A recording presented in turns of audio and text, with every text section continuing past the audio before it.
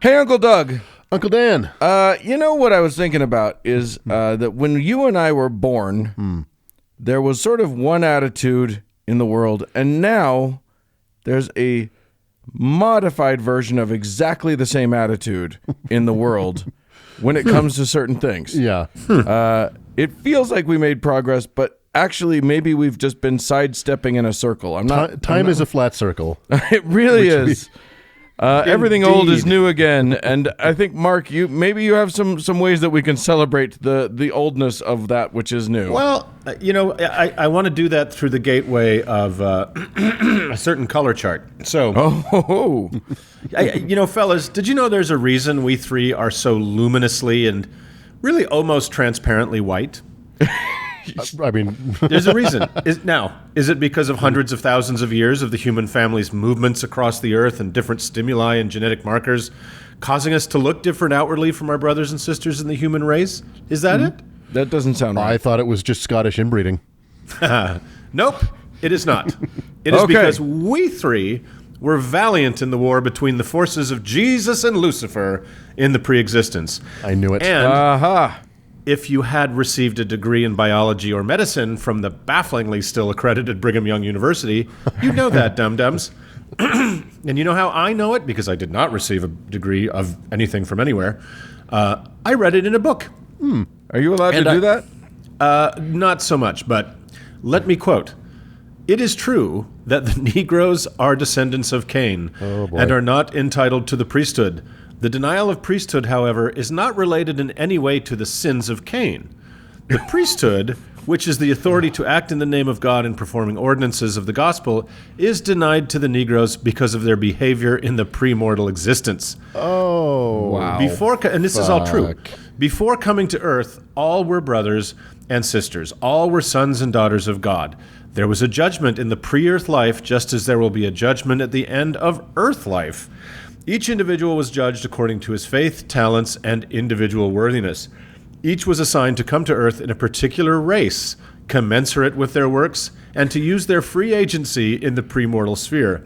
And the use of their agency in the premortal sphere. In other words, all those who are the descendants of Cain have been restricted concerning the priesthood because they were unworthy in the preexistence, end quote. So, Wow.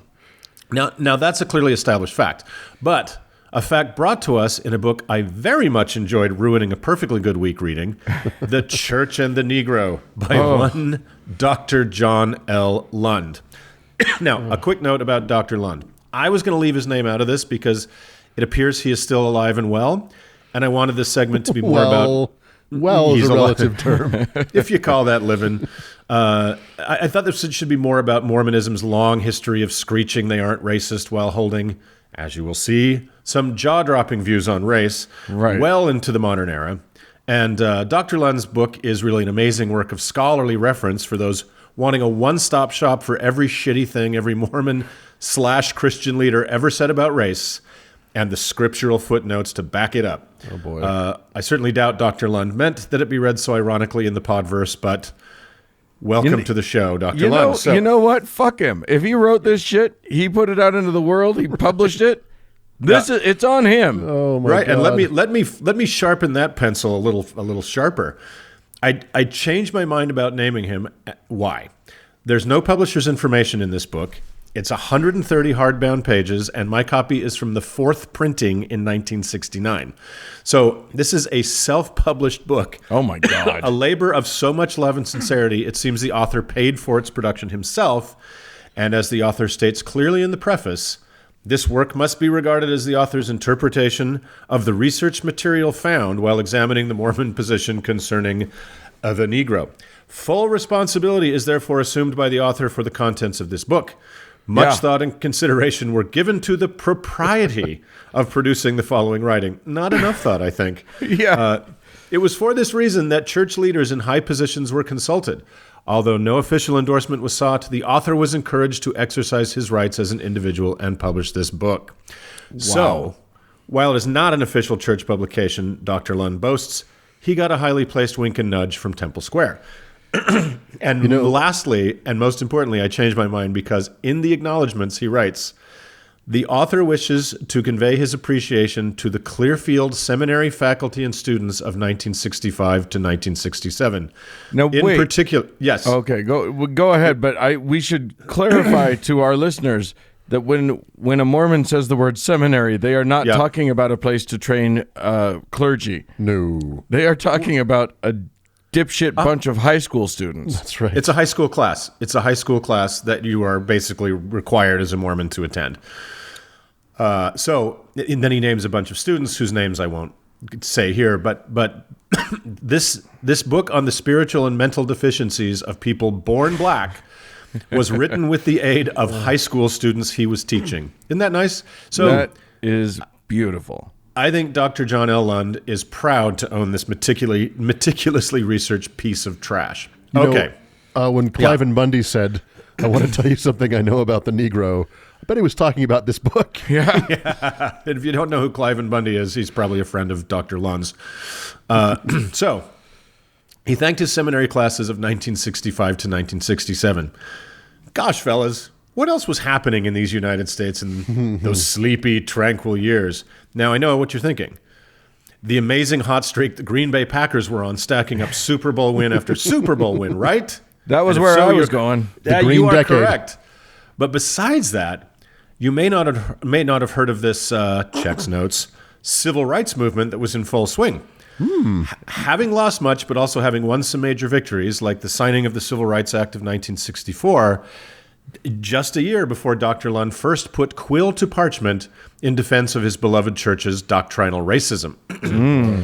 The very same year he started this great work, America's dinner was disturbed, excuse me, one evening by a sudden live broadcast of scores of peaceful men and women having the shit beaten out of them by racist white cops on the Edmund Pettus Bridge.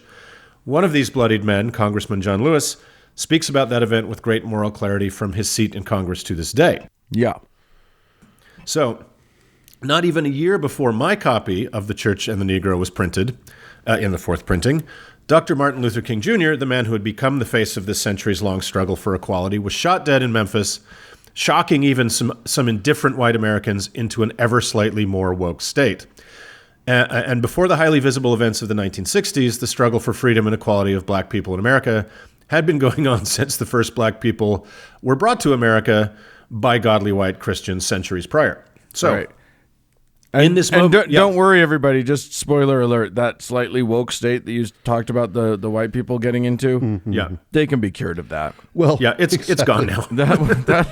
That they took care of that. woke can be on a sliding scale. Everybody's going back to bed. Yeah. Right. I mean, semi-comatose is technically a form of being awake. So Half dead is half alive. that's right. So in this, which you will find out is too much alive or dead for Brigham Young. So in this moment of great change and a slight bending of the arc of history towards justice in this unhappy land, Dr. Lund felt compelled to stand athwart the path of progress to yell stop in order to defend his precious church from the mounting pressures of a society beginning to come to terms with its endemic racism. And I mean, just beginning.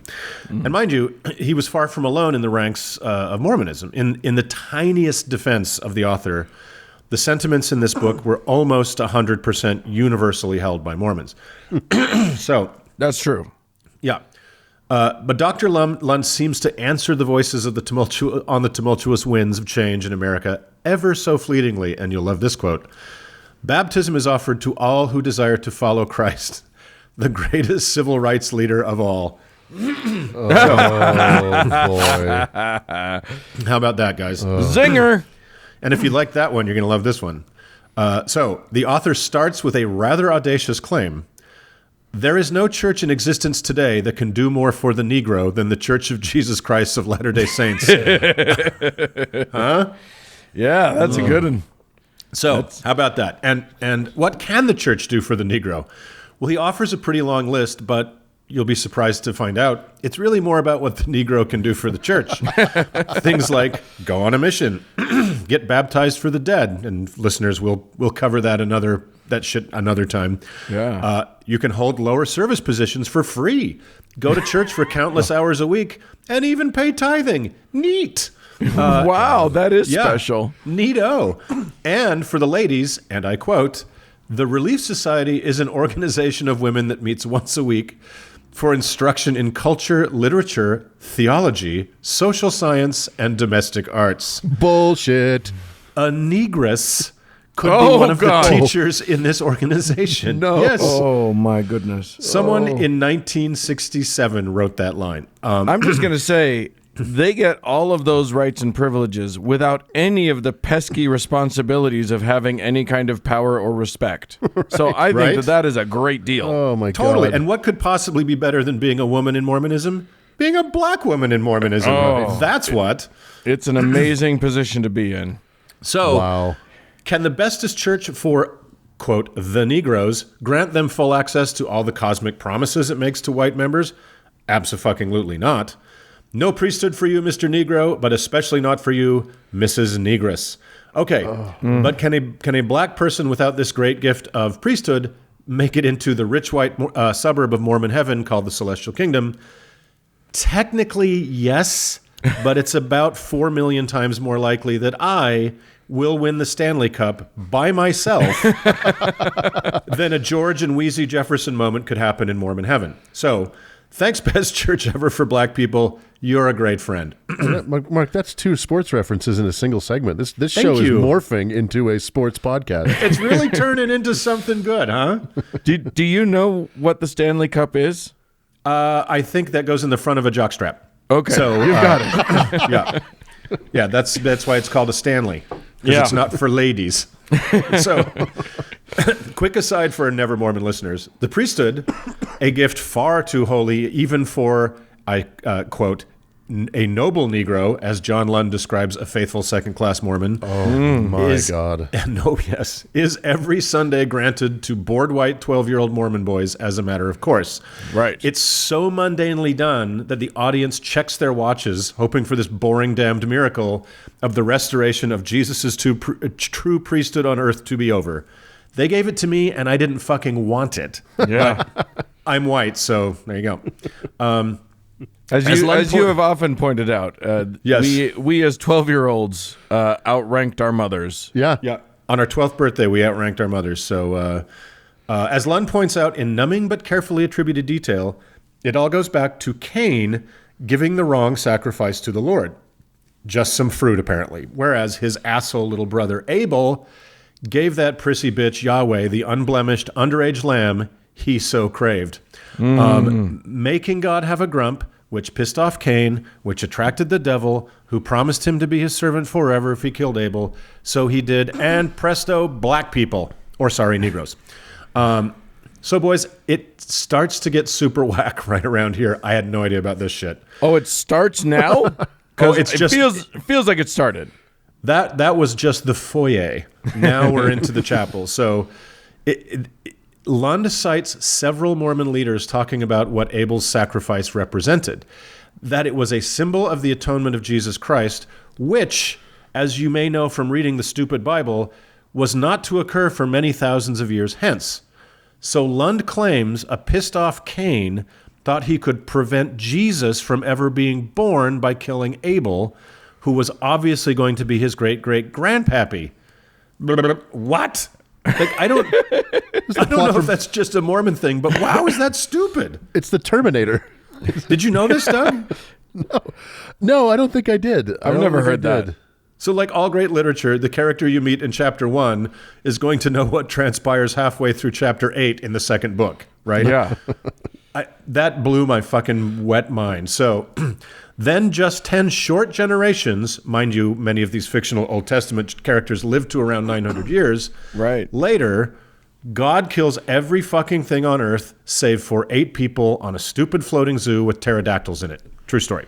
Well, one of the 8 people, according to Lund and many cited sources, was Egyptus, a black lady, a daughter of the curse of Cain. How'd she get on board? Exactly. Who gave her a ticket to the boat? So, for those following at home, God killed perhaps millions of people, good and bad, to start over with the thing called creation. He totally fucked up the first time, but somehow fails to smote the last remaining gateway through which the cursed, unworthy, and as Lund keeps alluding to, less intelligent seed of Cain will emerge. God is super good at killing people, just not the people he was aiming for. So the ark hits land and somehow doesn't explode from the methane of 12 million trillion tons of poo. Noah plants a vineyard, makes wine, gets drunk, gets naked. Ham accidentally sees Noah's saggy old Bible balls, and boom, black people are back, baby. So Ham Just makes sense. So yeah, guys, it's just like, this is just mathematical equation. Just logic, you guys. Yeah, all it makes is sense. So Ham is banished, and he and the almost too cleverly named Egyptus have a daughter who is also strangely named Egyptus, and she has a son. Fellas, can you guess who he was? Barack Hussein Obama. Super close. Pharaoh. So, Oh! Now, Lund cites several Mormon leaders talking about Pharaoh, who, as we all know, Mormons claim was Ramses II, who was a real person. So wait, are you talking? Wait, which Well, yeah, pharaoh yep. are we talking The about? second is in his name. It's exactly. So,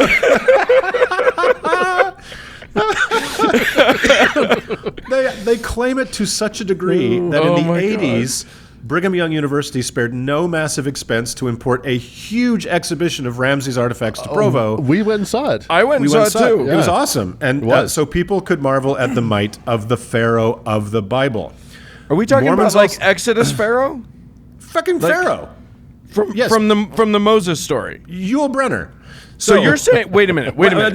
No. Let me finish. Okay. Mormons also claim that the biblical Pharaoh, whom again they insist was Ramses II, was, and I quote, the first governor of Egypt. So not only was he the grandson of passengers on Noah's fucking ark, he was also the first ruler of any kind of Egypt. And I thought, that sounds a little strange. So I looked it up. Now, Ramses II, who ruled from 1279 to 1213 BCE, was not the first governor of Egypt. He was, in fact, the third pharaoh of the 19th fucking dynasty. Before him, I counted 255, quote, governors of Egypt, stretching back over 2,000 years before Ramses, and that list is considered incomplete.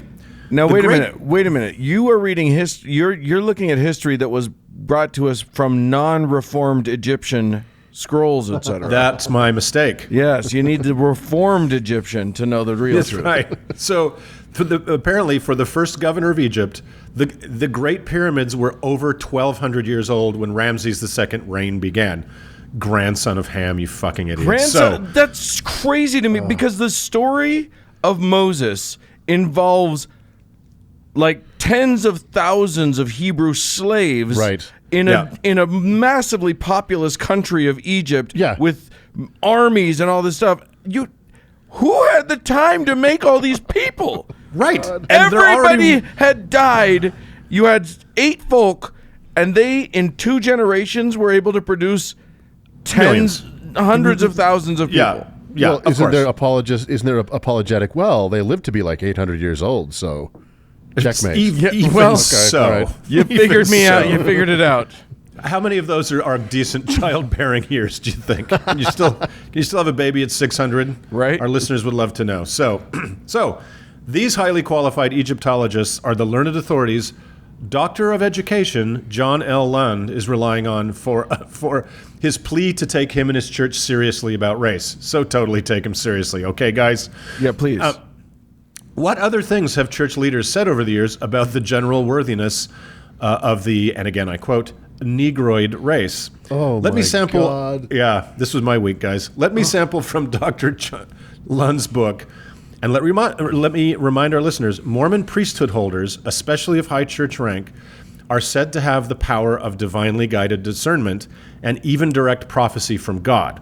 Yeah. The prophet basically can't ever be wrong about anything. So, Prophet Joseph Fielding Smith said, "There is a reason one man is born black with other disadvantages, while another is born white with great advantages. The Negro evidently is receiving the rewards he merits." Oh, God. He also said, though this quote's not in Lund's book, not only was Cain called upon to suffer, but because of his wickedness, he became the father of an inferior race. And of course, who can forget all-around cool guy, prophet Brigham Young when he said, "You see some classes of the human family that are black, uncouth, uncomely, disagreeable, and low in their habits, wild, and seemingly deprived of nearly all the blessings of the intelligence that is generally bestowed upon mankind." The first man that committed the odious crime of killing one of his brethren will be cursed the longest of any one of the children of Adam. Cain slew his brother. Cain might have been killed, and that would have put a termination to that line of human beings. This was not to be, and the Lord put a mark upon him, which is the flat nose and black skin. Oy, oy, oy. Yeah. Well, and if anyone's ever seen a picture of Brigham Young, unkempt and disagreeable are the perfect adjectives. There is a higher being clearly in that photograph. So now I did pull a little trick there. Lund has that quote in his book, just not that first sentence of it. So Brigham, who truly is the real father of what modern Mormonism is, also said this: "You may inquire of the intelligent of the world whether they can tell why the aborigines of this country are dark, loathsome, ignorant, and sunken into the depths of degradation. When the Lord has a people, he makes covenants with them and gives unto them promises. Then if they transgress this law, change his ordinances, and break his covenants he has made with them, he will put a mark upon them, as in the case of the Lamanites and other portions of the house of Israel. But by and by they will become white and delightsome." So it ends on a positive note, right? Yeah, I mean, that's he really really brings nice. it back. That's really It nice. was a very sweet sentiment. So, And to be clear, that little bit was about Lamanites refers to the Native Americans, the dwellers of this land. the native Jews of the Americas. So, yes. listeners will also know far more about Young and his hysteria and about righteous white people mixing their blood with cursed African people if they've listened to the segment about blood atonement in episode 50. That's a super fun one. Lund also quotes Mormon apostle Melvin J. Ballard. "Now, my brothers and sisters, I would like you to understand that long before we were born into this earth, we were tested and tried in our pre-existence. Of the thousands of children born today, a certain portion of them went to the Hottentots of South Africa. Thousands went to Chinese mothers. Thousands went to Negro mothers. Thousands to beautiful white Latter-day Saint mothers. Now, you cannot tell me that all these spirits were just arbitrarily designated, marked to go where they did." That's nice. So Wilford Woodruff, the fourth of the totally infallible Mormon prophets, had a meeting with a topic for another day, Jane Manning James. But in short, she was a black woman who was a servant to church founder Joseph Smith. She loved the church and wanted to go to the top floor of heaven. This wasn't really possible, as she was cursed by an ancient relative of hers who didn't actually exist. So Joseph Smith offered to have her sealed to him as his forever slave, but at least that way she'd get into heaven, just through the service entrance. So here is what Woodruff said in his journal after patronizingly telling Jane that black equaled bad. In after years, when Prophet Joseph F. Smith preached the funeral sermon of this same faithful woman, meaning Jane Manning James, he declared that she would in the resurrection attain the longing of her soul and become a white and beautiful person. Yeah, good times. And who could aspire to more? What lucky girl. So it's not all bad news, guys. There's a little sugar in all this medicine for our friends who didn't clap loud enough in the pre-existence and therefore had the bad luck of being born black. Yeah, but surely it's white sugar.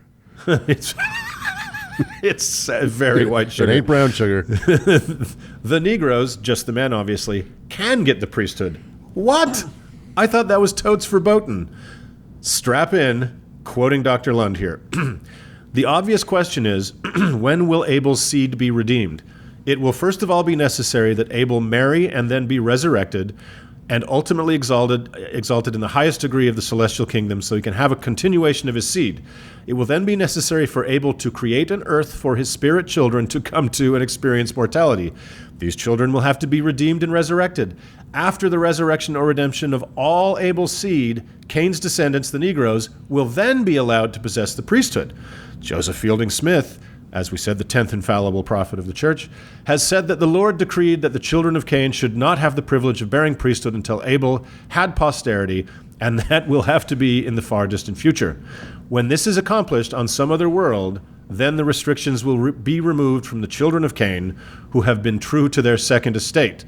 This earth life is considered the second estate, and those Negroes who prove their individual righteousness, their worth will certainly be blessed by God to possess the priesthood in that distant future when Abel's seed has been redeemed. He also says, Brigham Young revealed that the Negroes will not receive priesthood until a great while after the second advent of Jesus Christ, whose coming will usher in a millennium of peace. And that worked out perfectly. Okay, so I don't know if you guys got all that racist interplanetary math. So it's pretty nuts. Let me explain. After the millennium and the resurrection on this here planet, Abel must then receive his exaltation and his own planet, and he and Mrs. Abel, don't worry about that right now, must pump out every one of their billions of spirit children in their own pre-existence, where they will be tested to determine future coloration. Right. Then they must trickle through the meat curtains to their mortal lives over the course of hundreds of thousands of space years, live righteously, die, rinse, repeat, until all of Abel's spirit children have had the chance to receive the priesthood and be exalted. Only then can black men get promoted from bench-warming tithe payers to full level 10 priesthood wizards. I'm guessing we've lost about half of our listeners at this point. Maybe 500,000 years after Dr. Lund wrote his book, The Church and the Negro, wouldn't you say, guys? 10. Yeah, It right. was 10 right. years. Yeah, exactly. Just 10 short Earth years later, black men got the priesthood, and Dr. Lund and every single Mormon leader from 1830 on had quite a bit of egg all over their white and delightsome faces. Yeah. So I would say they had to eat crow, but they wouldn't touch anything that black. I don't think it's forbidden in Leviticus. So ate Dr. seagull. Lund, Dr. Lindsay Siegel states on many occasions in his book, those who would try to pressure the prophet to give the Negroes the priesthood do not understand the plan of God or the order of heaven. Revelation is not man's will expressed to God. All the social, political, and governmental pressure in the world is not going to change what God has decreed to be. Which they've said about so many of their policies. Just 10 short years later, a combination of social, political, and governmental pressure changed what God had decreed to be, and black men were granted full priesthood in the Mormon Church. As mentioned before, the blood of so many black leaders and ordinary people and the light of so many burning crosses was slowly illuminating the corners of the white American mind that had ignored the issue of brutality inflicted on our black neighbors for centuries.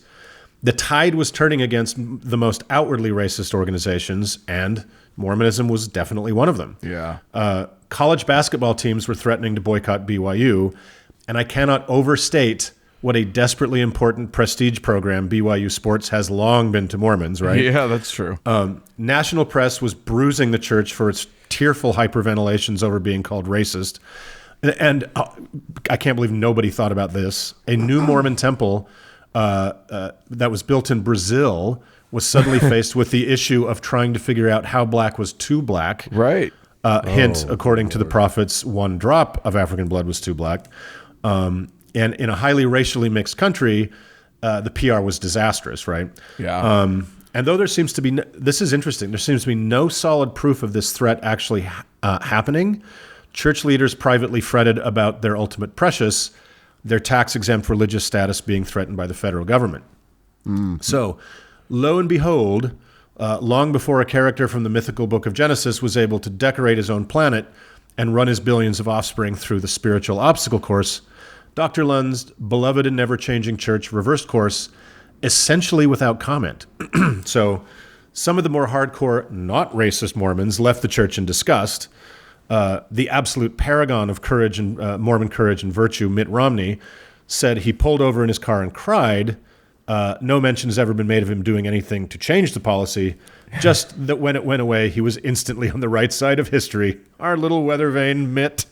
Well, one can pull over one's car and cry for numerous reasons. Yeah, he didn't say if they were tears of joy or sorrow. Yeah. Right. Well, and he had a dog strapped to the top. So, but for the most part, 150 years of scorchingly racist Mormon doctrine and direct revelation pertaining to black people just unhappened. Poof. So, these days you'd have to be around our ages or older to have a historical familiarity with the black priesthood band, and I suspect younger people still in the church maybe 50% have even heard of the ban and the 1978 reversal on it. Right. And that's hardly a surprise, as church PR has spilled oceans of whitewash, and yes, pun intended, to unhappen it.